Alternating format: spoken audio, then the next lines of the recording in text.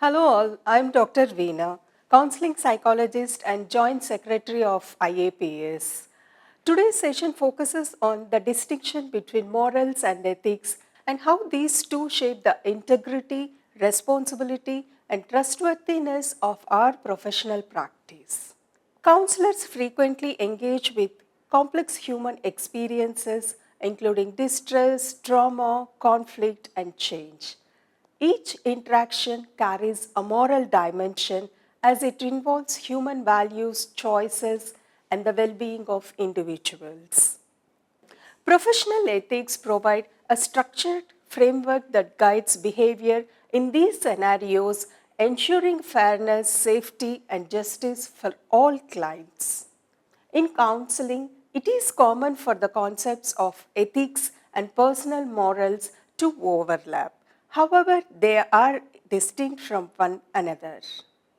Professionals face the challenge of maintaining ethical consistency even when their personal moral beliefs are tested.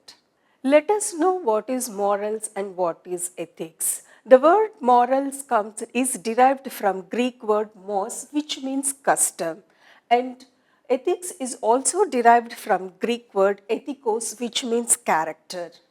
Put simply, morals are customs that are established by group of individuals, whereas ethics defines an individual's character.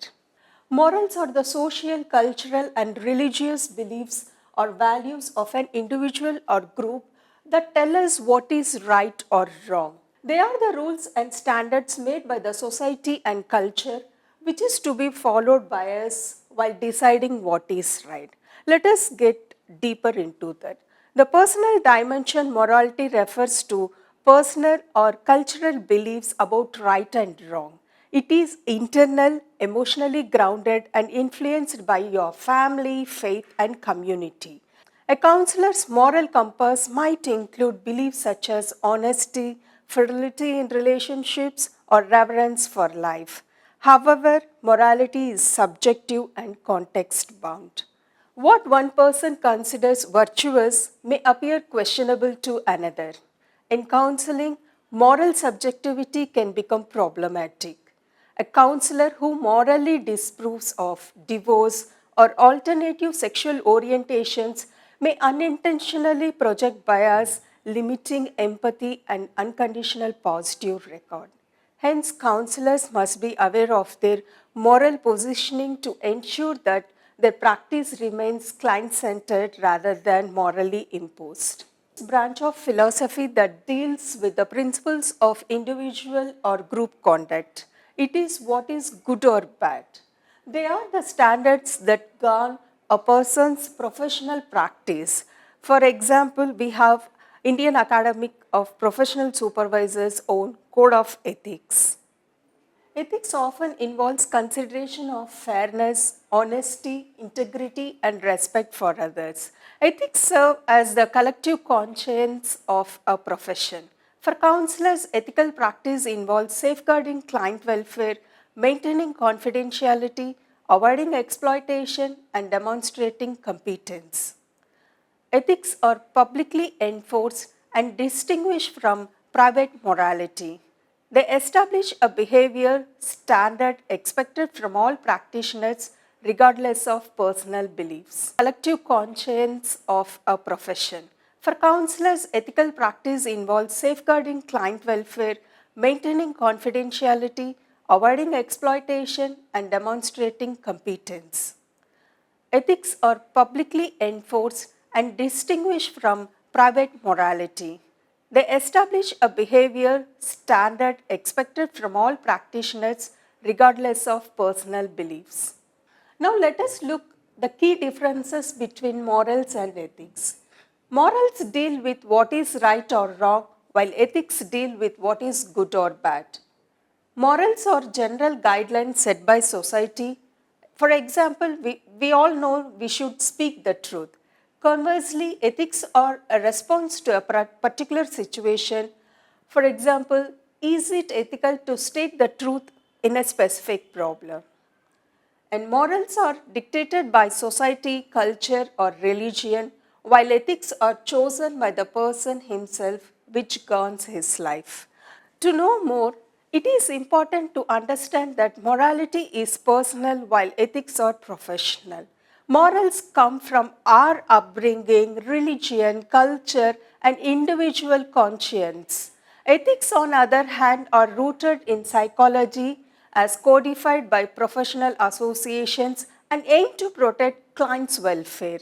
Morals refer to the socially and culturally shaped principles that define what considered right or wrong behavior within a community. They are collective guidelines influenced by religion, tradition, and social norms, for instance. As such, moral codes often vary societies and time periods, reflecting differences in belief system, customs, and values. Whereas ethics, on the other hand, concerns the reasoning principles that help individuals decide what is good or bad conduct in a specific context. Unlike morals, which are socially imposed, ethics is personally or professionally chosen and involves reflective judgment. Ethical reasoning allows flexibility, asking, for example, whether telling the truth is appropriate in all situations where it might cause harm. While morals differ across cultures, ethical standards such as honesty, justice, beneficence, and respect for autonomy. When conflicts arise, for instance, a counselor's moral disapproval of homosexuality versus the ethical mandate for non discrimination, I think ethics must prevail. In professional counseling practices, there are certain points to be considered when working through an ethical dilemma.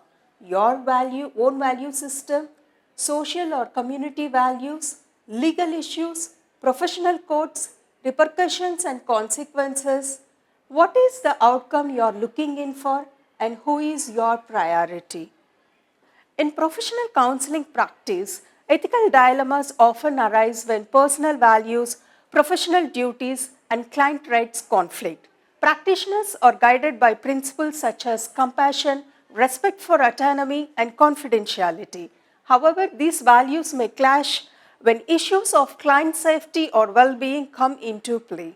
Social and community values are crucial in ethical decision making.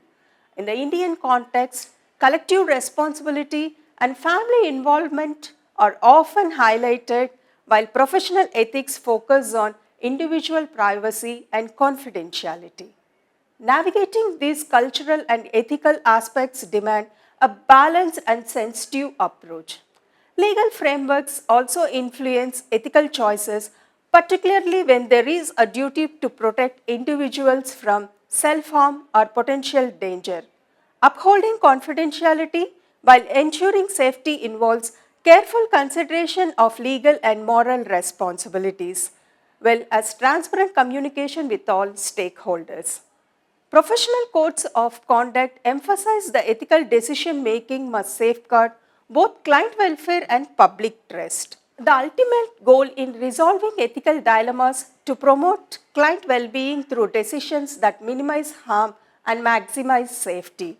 The primary ethical priority remains the client dignity, safety, and psychological growth upheld through empathy, accountability, and sound professional judgment. In conclusion, morality and ethics are distinct and inseparable pillars of counseling. Morality concerns who we are, ethics govern what we do.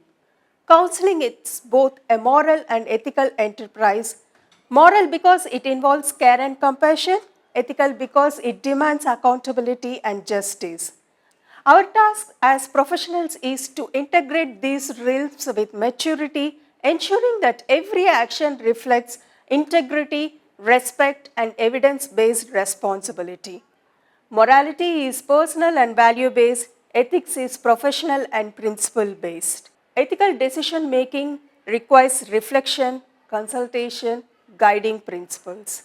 The ethical landscape evolves with culture, law, and technology. Ethical wisdom unites moral conscience with professional integrity. Morality originates from personal conscience, ethics derives from professional consensus. When the two conflict, ethical duty takes precedence because The counselor role is not to judge but to facilitate human growth with fairness, respect, and dignity. As we continue our work in the field of psychology and counseling, let us remember morality without ethics can be dangerous, and ethics without morality can be blind. The counselor's true calling lies in the balance, a compassionate heart guided by an ethical mind. Thank you.